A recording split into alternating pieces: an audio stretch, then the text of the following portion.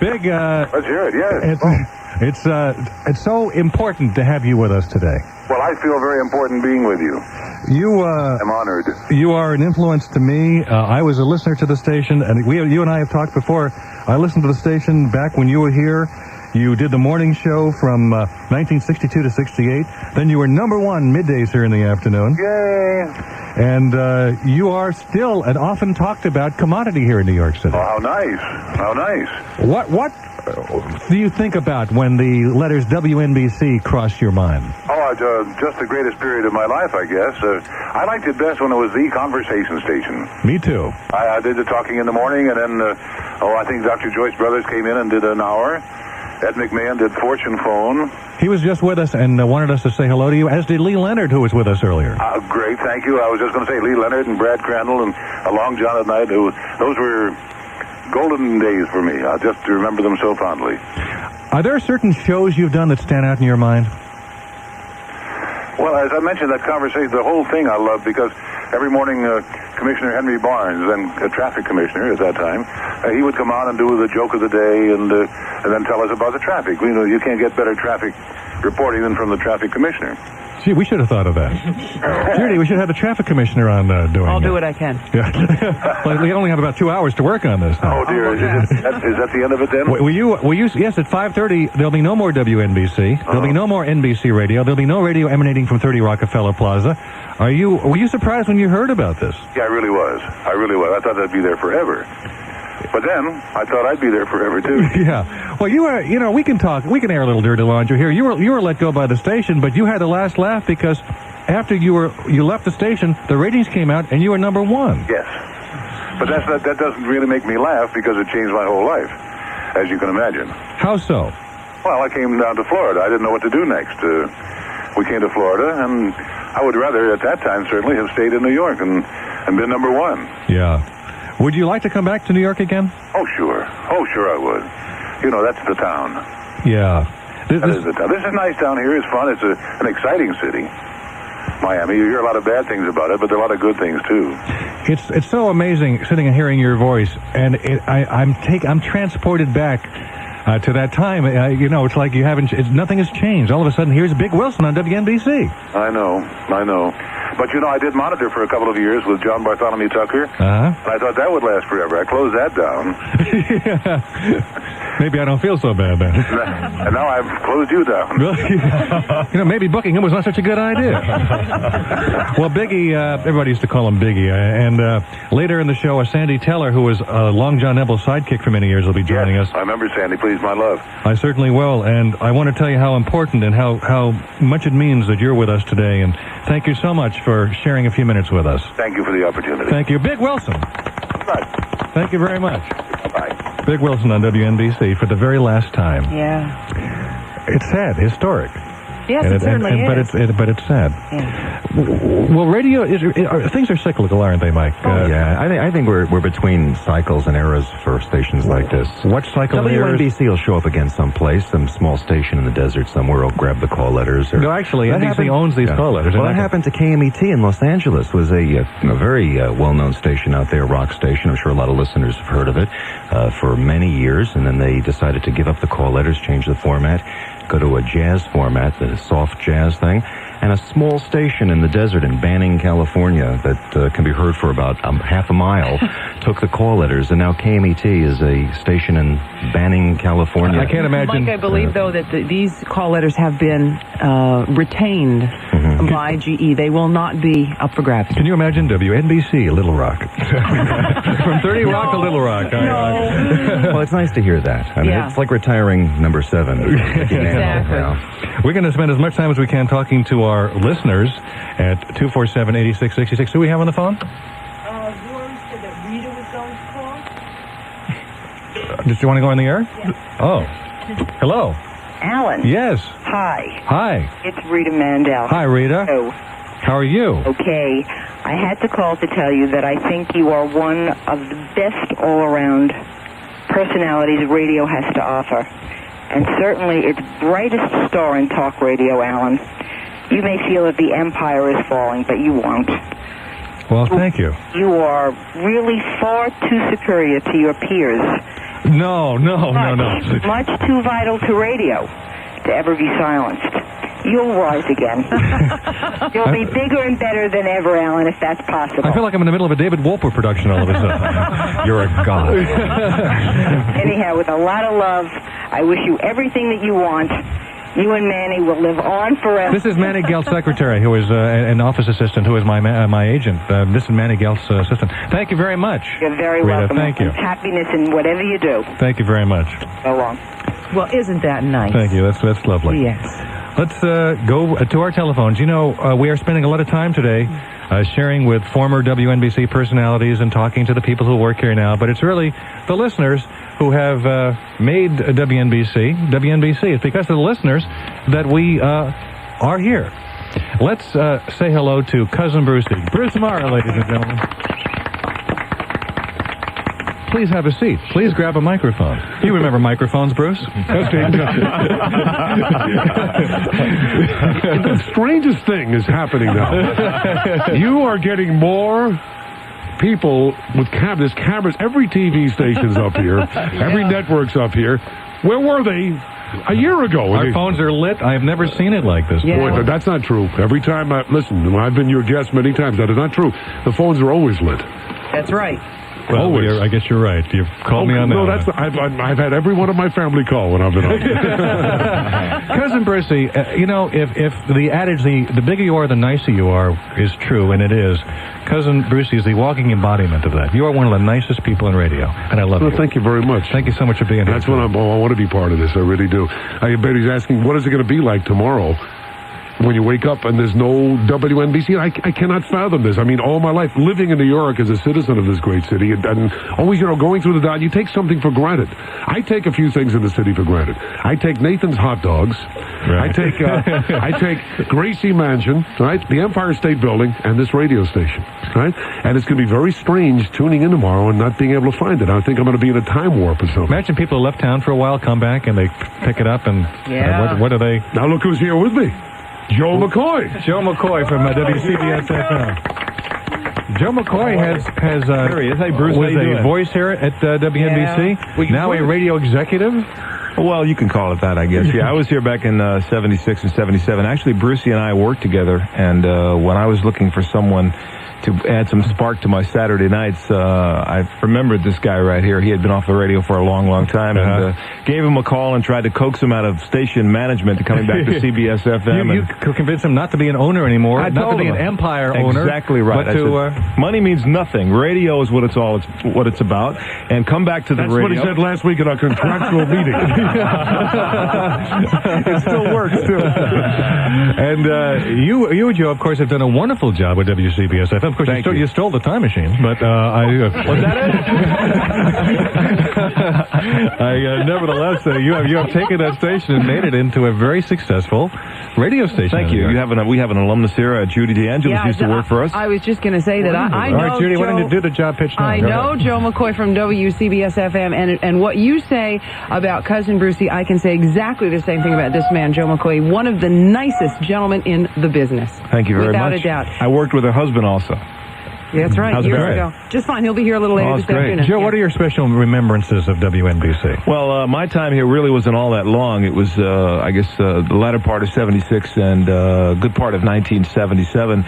Other than being fired, let's see. No, I do remember. I remember this as being one of the places that I really enjoyed working at. The people here were really great. It was a lot of fun. This gentleman on the other side of the board was here then. Bruce Leonard. Brucey was here. Yeah. And. The other Brucey. So we worked together too. Sure. And we had a good time here. We really did. We had a good bunch of people, and I was really shaken up. I think the first time I came here and I saw the tours, and I had to do my first show. It was a midday show following IMIS, and that was enough to shake you up a little bit anyway. But my first live commercial was a Black Flag commercial, which read something like the Encyclopedia of Ants. And I said to myself, how the hell am I going going to read this commercial, and I've got about 30 people staring through that window. And every morning at about 10:10, so I had to read a Black Flag commercial, and I think I remember that more than anything else. Were you allowed to say 10:10 on 660? We weren't allowed to say 7, were we? Was it ever 77 degrees here? I don't think so. No. Yeah, I think in most of New York it wasn't 77 degrees. I think that was kind of the no-no because Brucey and cohorts were number one back then. So we just talked to Big Wilson, and we talked about him being fired. And fired is not a bad word in this business, by the way. No, it's not. And you just said you were fired, and Cousin Brucey was fired. And the list of people fired from this radio station is a who's who of broadcasting. Well, I think that's what's going to go down probably in the annals of NBC is how many people were fired from here. As a matter of fact, when we were leaving, Imus had a jingle that said, "You're fired," and I think he just played every jingle of every air personality that was on his station. He was fired, too. Well, that's true, yeah. Fired him, too. You know what we have? We have the Brucey piece that somebody very special did for you. Yeah. Morrison Cruz, who's been here since 1776. Morrison Cruz, are you aware Morrison Cruz used to cook for me every night? He had a hot stove in the back. This is a great story. I wish you would do that for me, Joe. I mean, if he was a nice guy, he would do this to me. Morrison Cruz used to make me Salisbury steak. I love Salisbury steak, and I couldn't get it anywhere except Horn and Hart, and it was closed. Morrison used to go out and get the meat and cook for me. And now he's with the Today Show. Yes, right? he is, with Willard Scott. And Morrison Cruz was out at the airport. I don't remember whether it was JFK or LaGuardia, and he got this sound clip. Norman Knight and Cousin Brucey, we miss you right out here at the airport. Your friends are here. Why aren't you out here? Wish you were here. It's nice and fresh. Good little breeze. A lot of friends. Morrison Cruz is here, right? Yeah, I'll say Morrison. I want to tell you, he's my friend. He came out to see me, and you all didn't. You know who that is? No, I can't. Nelson Rockefeller. Oh, yeah. Was that true? Yeah. You know, he used to go out. Morrison Cruz used to be, I guess he used to go out in the car and get sound bites. And that's right. Every once in a while, he'd come back with these wild things. Like, I think he had Nixon for me once. He had Rockefeller. He had just get all these people I wouldn't know who they were. I mean, give me Chubby Checker and Jerry Lee Lewis. I mean, then I know. But I think he called every one of them Chief, too, didn't he? Yeah, Chief, that's right. He still does that, by the way. Hiya, Chief. We should bring Morrison around. He was before. We have to get him in here to say hi to Brucey. We're going to take a break. Joe McCoy is here, Cousin Brucey. Mike Harrison of H&H Broadcasting, at one time with Billboard, Radio and Records, at the founding of Radio and Records was there. And he was with us on CBS Radio. That's right. He did some consulting for CBS as well. And Judy DeAngelis, of course, with me. Bruce Leonard is engineering this show. David Brandt and Melinda have done a wonderful job putting this show together, by the way. And both of them have done a superb job over the past months, working under very difficult conditions. I've never worked with such a professional staff of people who understand. You know, when you're told the station's been sold, and we were told this in February. Yes. And then you're told a few months later that you're not being kept. That's right. As everybody except the Imus crew was. And you're able to perform the way this crew has. I'm very proud. I'm so proud to be a part of these people. And thank you all very much. This is, I mean, you deserve to applaud for us. We're going to take a break and be back on WNBC.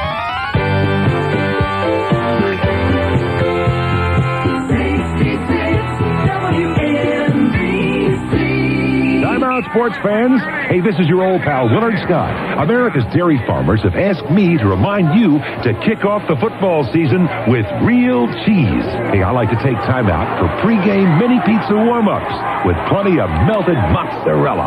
And for the real game winner, a football hero sandwich topped with slices of Swiss and Colby cheese. Just make an end run to the store and don't forget the cheese. Sponsored by America's Dairy Farmers, American Dairy Association.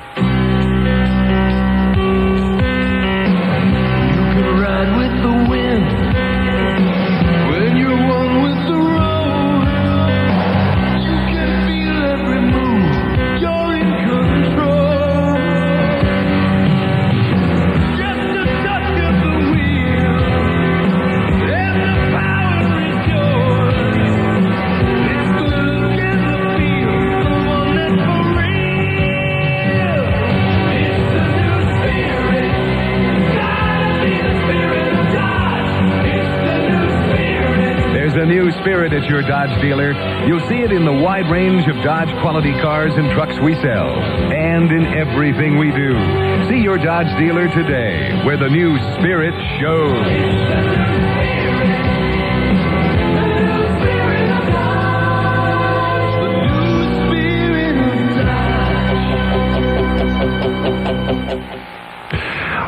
on WNBC, and I'm Alan Colmes, 256, and we have coming up this afternoon, we've already heard some of the great voices. Cousin Bruce, you can stick around for a while? Yeah, I'm going to stay over. Joe McCoy is here. We have Mike Harrison, who is giving us kind of an overview of the radio industry. Judy DeAngelis, of course. We spoke earlier to Ed McMahon, and we spoke to Dr. Joyce Brothers, and Bill Cullen, and Lee Leonard, and still to come, Gene Rayburn, Bob Pittman, who was here for years in the management area and made some important changes at the radio station. I'll say. Don't we know about it? Now, Bruce, I'm sure you want to say hello to Bob. And I'd like to find him. I need to say hello. No, he did me a big favor. I didn't know at that time. We'll be talking to Brad Crandall, Bob Fitzsimmons, Buffalo Bob Smith, Wolfman Jack, and Ted Brown. Ted just walked in? Yeah. Let's say hello to Ted Brown. Ted Brown, ladies and gentlemen. Yeah. Please, hold your applause. Don't touch the body, please, in the autographs. Hi, Ted. How are you? Very nice to have you here. It's really a sad thing to say. This is the best show you've ever done. Well, I mean, as of this moment that you walked in, is that it? I've been listening to it since about 1 o'clock. It's really good to have you here and share a microphone with you, because I've been a fan of yours since first you were on WNEW, then you came here. Yeah. I remember the first bit you did on this radio station. Oh, really? Do you know what it was? No. You called WNEW. Oh, yes, I did. I do know, yeah. What'd you do? Well, when I came here, I wanted to have something to open up with, that's really unusual. So the first thing I was going to do, but I had to change it. I was going to say, boy, look at all these telegrams. Isn't it terrific? Everybody welcome me here to NBC. And here's one from General Sarnoff. But he wasn't feeling well, and they didn't know whether he was going to stay or go. So I switched it by calling the mailroom at WNEW and asked them to please forward my mail here at NBC. That guy's still over at NEW. The mailroom guy. Yeah. Now that's where you get longevity in this But you can thank me for that blind there on the window. The blind? That's right. The tourists go by, but some people put the blind down if they don't want to. That's right. But you can thank me for that, because I went into the general manager and I said I want a curtain or some kind of a blind up there, because there are some times when you just don't feel like being stared at by two nuns, a priest, and somebody from But I'll tell you something. I know you did the same thing. I made a fortune with those tours. Did you really? Oh, yeah. I used to sell pictures out there. Every time they came, I went outside, I sold your picture and mine. The funniest thing is that I have nothing against nuns, naturally. I love them, but I mean, there were times when you were doing benefits and you had to sort of like start to dress by the time you were late. We were dressing to be on radio. That's right.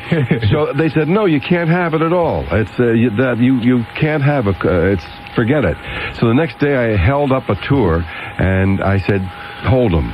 And I put a long record on, went out, got the 28 people, walked into the program director's office with 28 people, lined them up and said, now let's be very quiet, but let's watch this man work. And we had a curtain up there the next day. Really?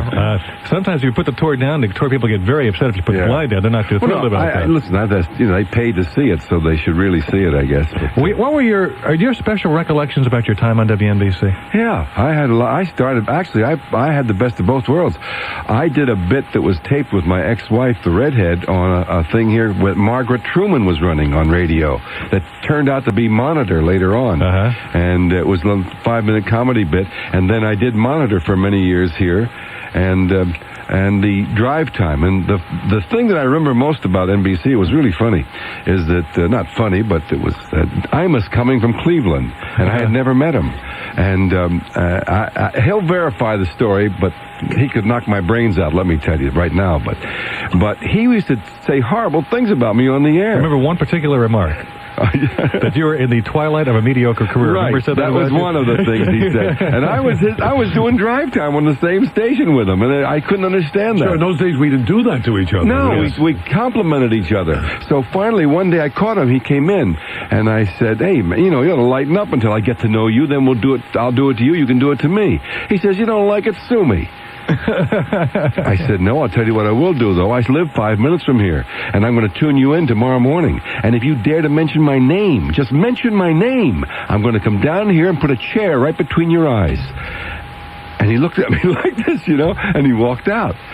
And I said, why make statements like that when you can't really do it? I believe he understood that encyclopedia. Did he mention your name the next day? Don was not the kind of guy that would take threats idly. He would leave quick. Let me tell you something. He came back and he knocked on that window and he came in and he said, "Hey, we're on the same stage and you were right. And we've been best friends ever since." Really? We're going to take a news break and then hopefully come back with more. I'd rather you didn't, if you don't mind. I'm doing Ted. a better show here than I do on NEW. Ted Brown, and we'll come back. You can all come over to NEW when we close. A minute after 3 o'clock at WNBC. This is news from 66 WNBC, New York. Good afternoon, everyone. I'm Judy DeAngelis, and here's what's happening at 3:01. A house in Clinton Township, New Jersey, appears to have a dubious distinction. The home 40 miles west of the city has what officials believe to be the highest levels of deadly radon ever measured in a structure. Paid commercial way back in 1922 will today mark the end of an era. At 5:30 this afternoon, WNBC signing off forever. It will become WFAN, All Sports Radio. WNBC News Time, 3:03. Okay, you go to the store, you buy something you need. It's been a wonderful ride with great talent, a respected newsroom, wonderful colleagues. And to all of them, I wish goodbye, good luck, and God bless. And oh yeah, thanks for the memories. And now for the last time with pride, I say, that's what's happening. I'm Judy DeAngelis, WNBC News. WNBC remembers 66 years of New York's most memorable radio. This is the National Broadcasting Company. 66 years ago, the word radio was not far from being a household name. Just a few years earlier, a young inventor named Marconi discovered a method of transmission via a spark gap generator. Well, as crude as it was, it laid a foundation for the future in a medium known as broadcasting.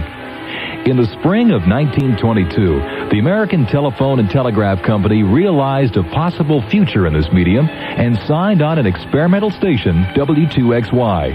A short 4 months later, after granting an approval for a limited commercial license, the call letters changed to WBAY, and finally, to the mighty 500-watt WEAF.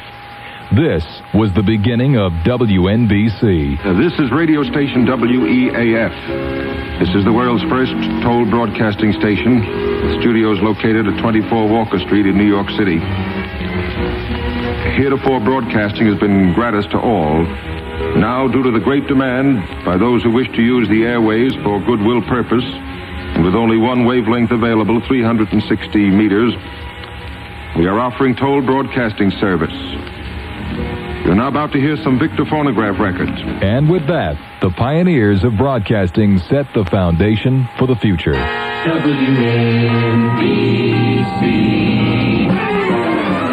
66 WNBC.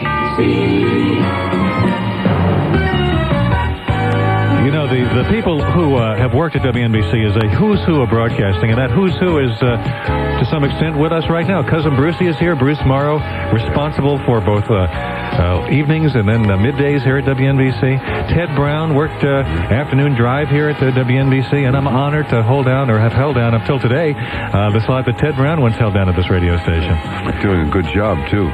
Thank you, even though you said today's my best show ever. But, you know... No. But I'll take that, because you can't do better than people like you and Brucey. Mike Harrison is here, who is a radio analyst and consultant and giving us kind of an overview. Judy DeAngelis, of course, is joining us. Bruce Leonard, we finally, you used to have engineers back. We don't. I do my own control board now, but they gave me Bruce Leonard here today, finally. It took till the last day to get this gift from management. We have on the phone Mark Bench, who is general manager of WNSR. Hi, Mark. Is Mark here? Oh, I have to do this. Wait a second. Hi, Mark. Yes. How are you? Mark Bench is general manager of WNSR. I've come up with a new format, Soft Talk. I love it. Yeah. How are you doing, Mark? It's nice of you to call today. Well, thank you. We've been, all of us have been over here listening to the radio, and guess which station? Yours today. And we've really enjoyed the recap special. Yeah, well, certainly Dale Parsons did and Jim Collins and Dan Taylor did a wonderful job putting together the stuff that comes out of the news, those vignettes. Bet. And your station's doing great. Oh, we're having fun. We're having fun. So when are you going out of business? We did that once, you'll recall. Right. Our call letters showed up in Florida once, and I don't know where they are now. Our old ones. Mark, if you're doing so well, how come we're you going call to miss your legendary call letters and a great music competitor. All right. So, well, it's nice of you to call, and of course, Mark's station WNSR, deceased or older, is the demographics, but thanks a lot. So that's one station I will not be resurfacing on, ladies and gentlemen. Listen, we're going to miss you a whole lot, and it's been great listening to the special. Thank you very much. All right. Thank you. Mark Bench with WNSR Radio here in New York. And it's nice, radio is really a community. And Ted Brandt and WNEW and Joe McCoy and Brucey from WCBS FM. It used to be in the old days, you couldn't mention the call letters of another radio station, right? Right. So no. Mm-hmm. But now, it's a family. It is, right. Especially in this city. We talk about Ted. Ted will talk about us. We mention Alan all the time. We mention all the other call letters. I wish one thing, though. The way you're handling this today, I mean, we're having sort of a bittersweet situation here. And what you're doing here, the way you're making me feel as if we're never going to hear from you again, and that's not true. I'm not doing that. There's no way, because I know, look, we have Mark listening out there. There's every GM within hundreds of miles of this radio station listens to it. Every program director, they're listening right now, and the wheels are starting to turn. And there's no way that Alan Colmes will be off the air in this area. That's right. We want you here. You are part of New York City, and you belong here. Well, thank you very much. Let me give the number out then. What you've got to do, if you don't happen to, lock in somewhere, just say, well, it just wasn't fun anymore. Yeah, right. The business has really changed. It wasn't fun anymore, or I'd rather spend some more time with my family. And that's why I've chosen dry goods, because I felt that... Brucey's got a station for you, don't you, Bruce? Sure. I just happen to have the contract. We have so many great radio personalities here today and joining us by phone, and I think we have not spent enough time talking to the listeners, the people who are part of WNBC, the most important part, the people who supported the station by writing things in Arbitron books.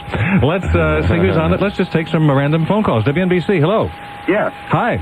I want to talk to Alan Colmes. You're on the air. Go ahead. Hi. How you doing? Hi. Listen, I want to say I enjoyed your show. Thank you. And I want to find out, do you have any speculations where you might be going? Yes, I'll be getting coffee for Ted Brown starting on Monday morning. Decaffeinated. Right, thank you very much. WNBC. Oh. Yes. Yeah, WNBC? So far. Hurry up. There's no need to hurry. You just got in under the wire, yeah. This is Jay Smilkstone from Radio Parts House in Mount Kisco, New York. Uh-huh. And I wanted to say that there are a lot of people in rural areas who listen to music on AM who can't get satisfactory FM. I always knew we should have done a farm report here, and... Well, Brucey, I know, and Mike Harrison have very strong feelings about AM radio. Mike is in the AM radio business, and AM radio, its demise is greatly exaggerated, isn't it? I think its demise is exciting. I think it's going to be a whole exciting new kind of radio on AM. What do you think, Brucey? Absolutely. Look, we own 4 AM radio stations and 4 FM radio stations. Our AM radios were as successful, if not more successful, than the FM.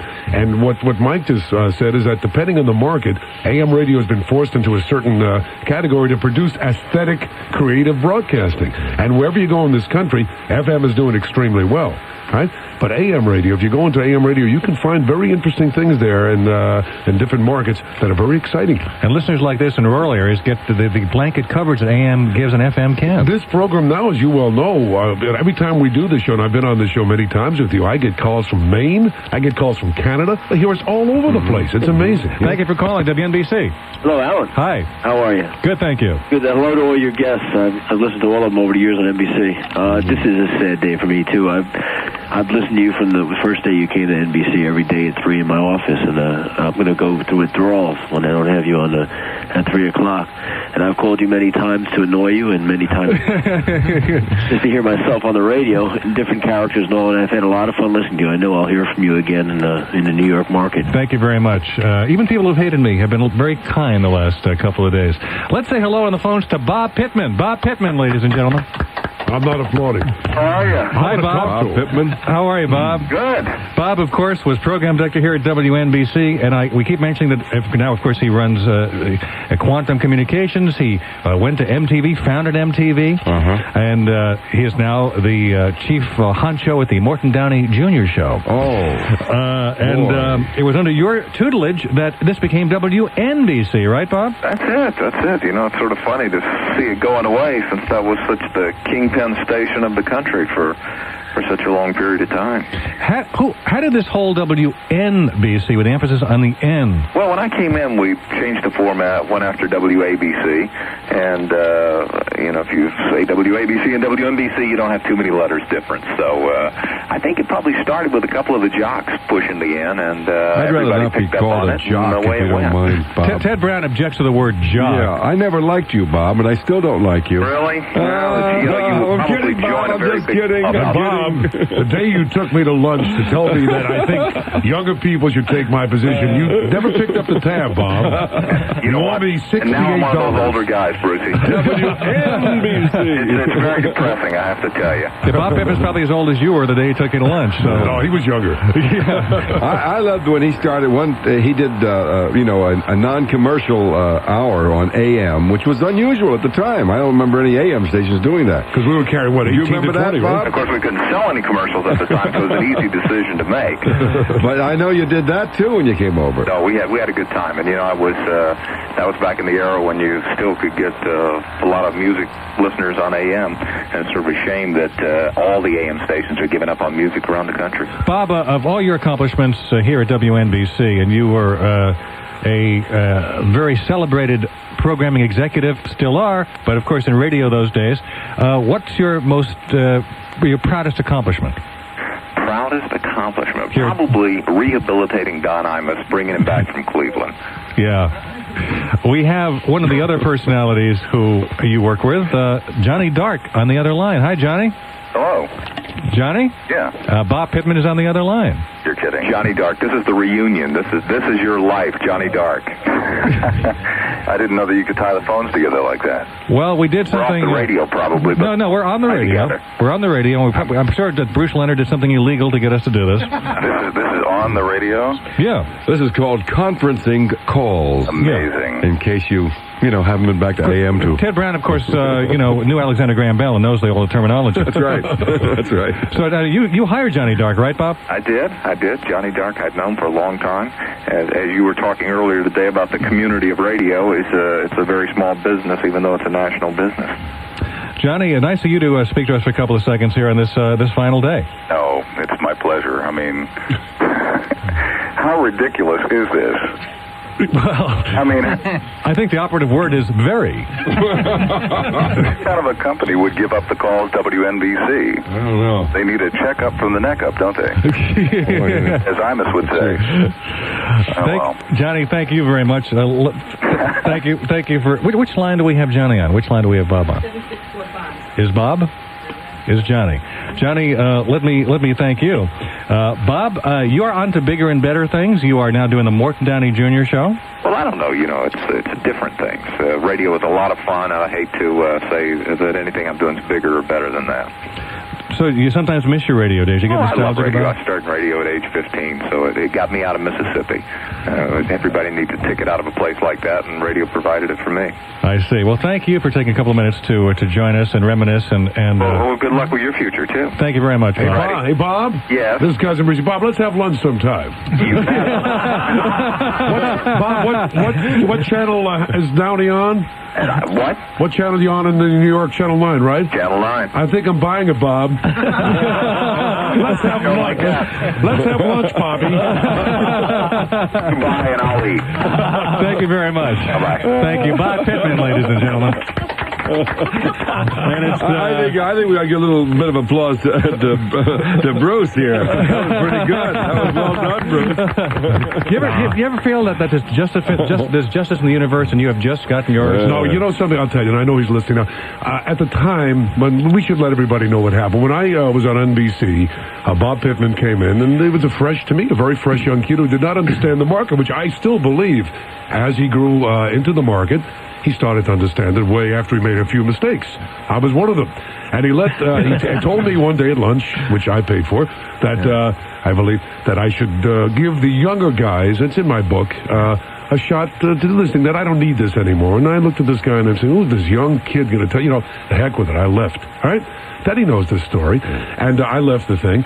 I think that was a very big mistake. And I was very angry in those days about that. But I got to tell you, I'm sitting here right now. And he's still angry. No, I'm not. I think Bob is, you know, grown very beautifully. He's doing what he wants to do now. And I think he's a very talented guy. And getting a little older. Yeah.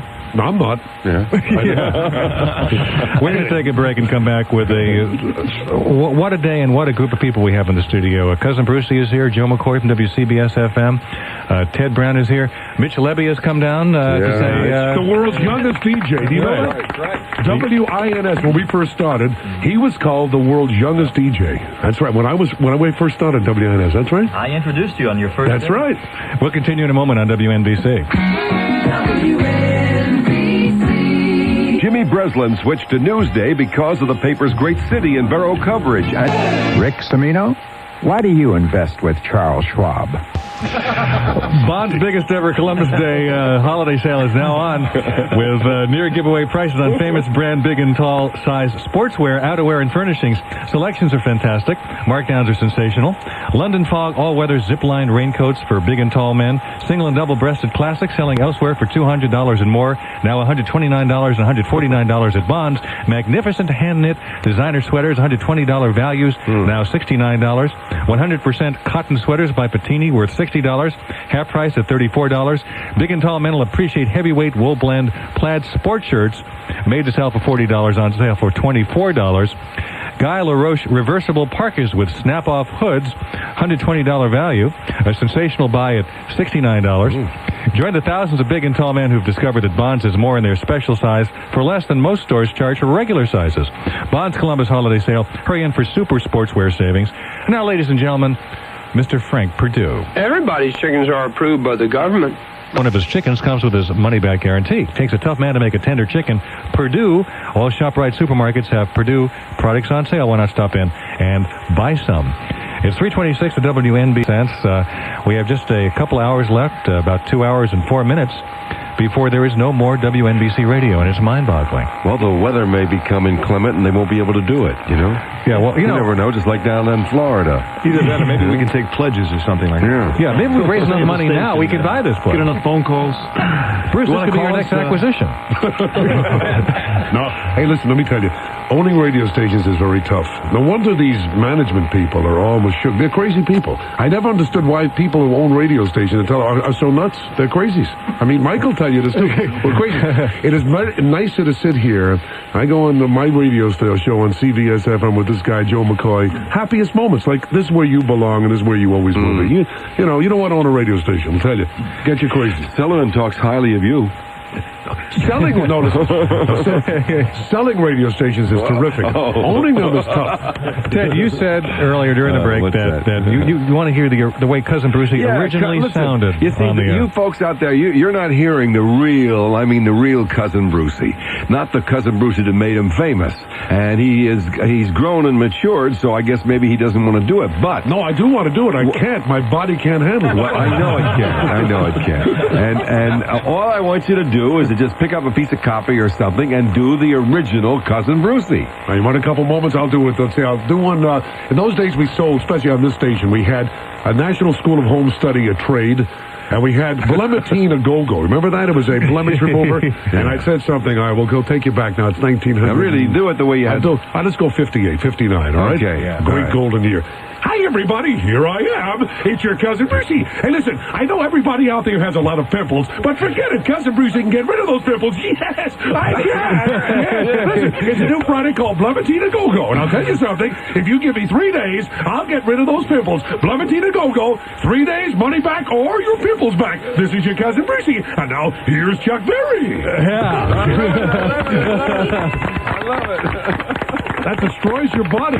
What year did you reach puberty, Bruce? My last contract with CBS FM. Actually, you have really molded and refined the act and made it very contemporary for 1988. Well, you had to, Interesting. We had Bob Pittman on a few moments ago. Yeah. He probably had a point in his head. He had a point, and things were changing. The 70s came along. Teddy, we went through this, Yep. Alan was too young. He doesn't remember this thing. And, things were changing. The music was changing. When I first started with guys like Freed, I sounded like the music. The music was there. Bum, bum, bum. So my Cousin Brucey thing was, like the music.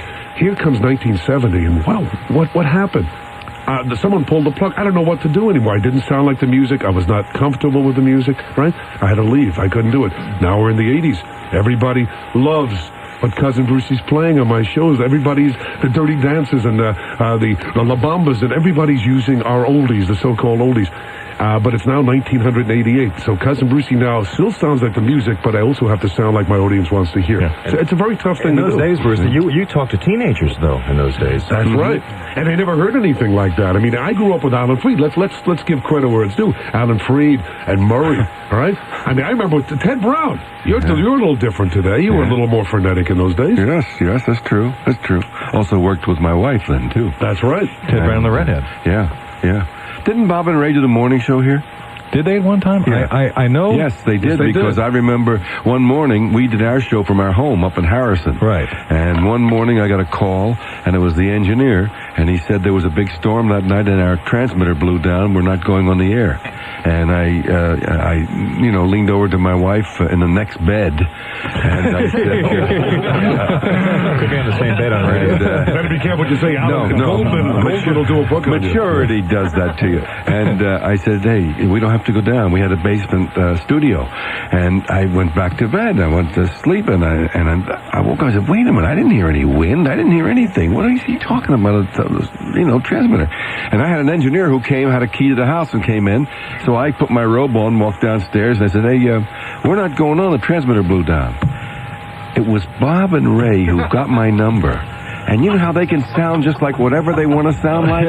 He sounded like an engineer that I just knew it was an engineer. And he called me an hour before, and they said, we'll tell him it blew down and he won't go on. And I just about, it really nearly happened. And then I didn't know who did it. I don't know. And later they couldn't stand it, so they called and they told me who it was. It was really brilliant, though. We darn near stayed in bed and didn't come down at all because of Bob and Ray. In fact, Clavin and Finch went on a half hour after Bob and Ray, and I went on after Clavin and Finch. And so I was driving down that time.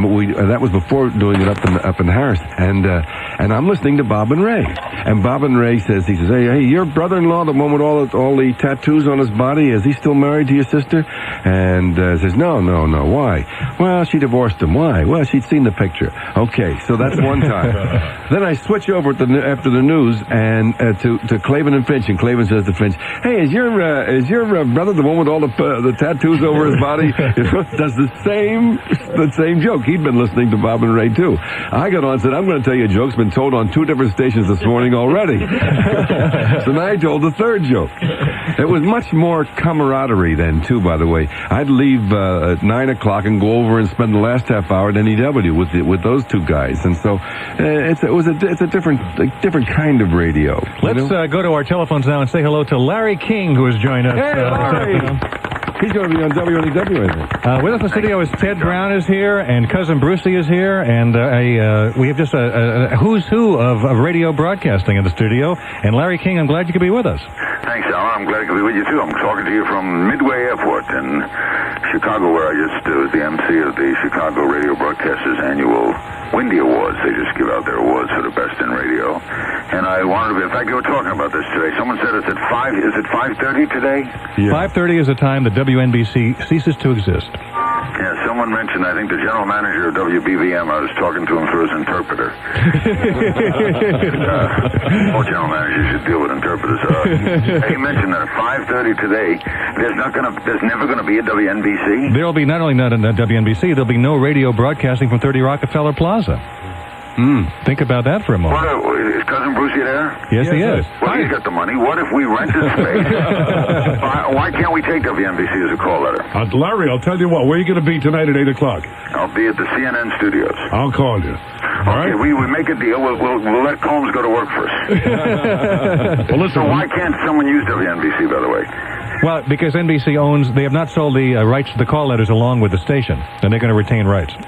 I thought with this FCC, which is really come as you are, anyone could take, there's a WJFK call letter in Washington. I was thinking, how's it sound, WNBC, Little Rock? Yeah, that's right. I mean, why can't the station in Little Rock take it? Yeah. You never worked at WNBC. I know you grew up in New York, though, and certainly listened to this station, and you are so much a part of what radio is now that I wanted to have you with us.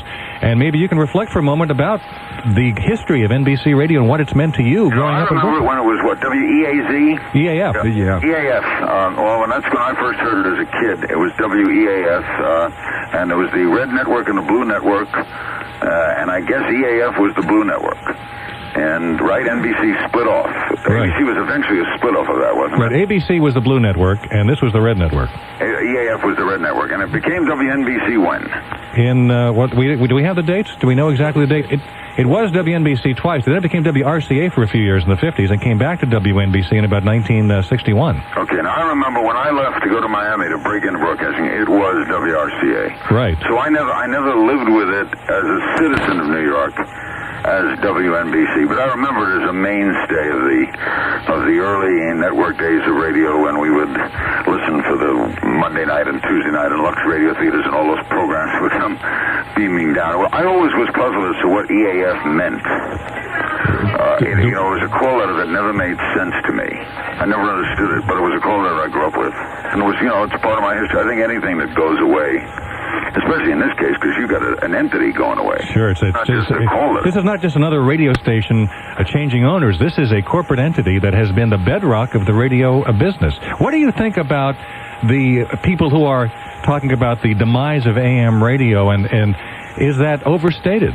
Well, it might be. I think it depends on where you are. It's interesting because in Chicago, one of the hot stations is the station I'm on here, is called The Loop. And WLUP was WCFL. I mean, WCFL is a 50,000 watt, 1,000 on the dial. Mutual couldn't make a go of it. They sold it. It was a religious station. And then WLUP-FM bought it. And what the guy did was take his top personalities off the FM station, who were number 3 in the market, and put them on in drive time AM. Gave them a piece of the station, which is unheard of, and they're now the hottest station in Chicago is an AM station. And they're called The Loop. And if you say The Loop now, people think AM because they took the major personalities and put it on AM. This guy named Joe DeCastro is the general manager. So he would be an unusually creative guy. At the recent radio conference, all the discussion was that all AM will be is sports. The owner of WFAN was one of the more discouraging about AM radio. I got the impression from him. We did a panel show that he was a little sorry he got into it. Are you discouraged about it? No, because I think I just have it unique. I think I just have a unique place that AM radio. The one thing they all agree on that AM will do well is talk. And it's the one thing AM can do well is bring information